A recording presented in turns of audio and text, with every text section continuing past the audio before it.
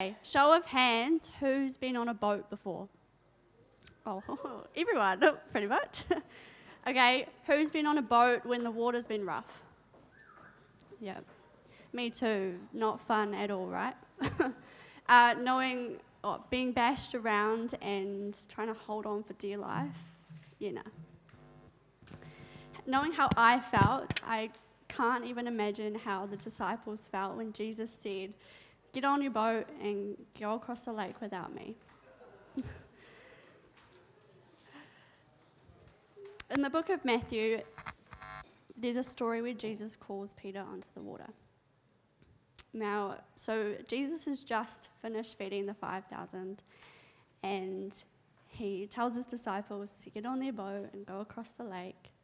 He stays behind, dismisses the crowd, and goes to pray. So about midnight comes around, it's dark. He's finished praying and he can see the boat, in the waves. Don't know how. He can see in the dark. He probably eats a lot of carrots. Then dawn comes around and he decides, okay, I'm going to walk out to the boat. Not swim or get his own boat. He decides to walk. Now these sleep-deprived disciples who have been up all night battling these waves see this figure coming towards them, and just imagine 12 men running around a boat screaming, "It's a ghost!" And Jesus hears this fear in their voice and says, "Take courage, it is I, do not be afraid." Peter's still not convinced, so he's like, "Lord, if it's you, tell me to come." Jesus said, "Come." So Peter takes a step out of the boat into the water and walks towards Jesus. Now, as he becomes aware of his surroundings, he starts to sink and cries out, "Lord, save me." And Jesus reaches down and catches him. "You of little faith, why did you doubt?" What this story tells us is that Jesus wants us to follow him. He wants us to take that step. Otherwise, he wouldn't have called Peter out into the water. He could have said, "No, Peter, you can't walk on water," or "It's too rough." But Jesus said, "Come." I'll say it again. Jesus said, "Come." This act of courage and obedience from Peter just is a testament to his character. There's no doubt that Peter had faith when he stepped out, but he lost focus of Jesus and started to sink. Now, in times of the unknown and times that are hard and times that are challenging, it can be hard to focus on Jesus. And just know that he's always there. That first step is always scary, not only for Peter, but for us.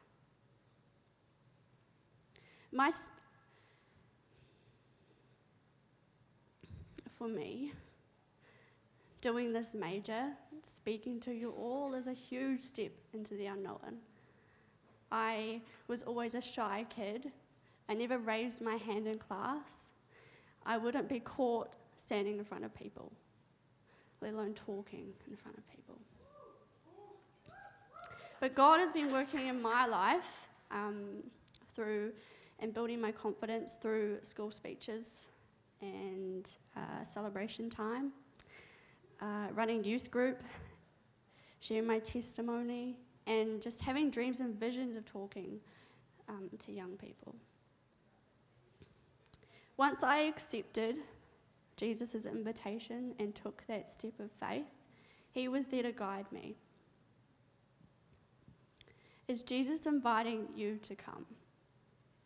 Is there an invitation on your heart to step out into a new job, to do something out of your comfort zone at Amplify next year, like I did? Are you questioning a relationship? Is there something new that you want to try at church, but you've just been too scared? Whatever your calling is, Jesus is saying, "Come." Jesus is inviting you to come. So are you willing to take that step of faith?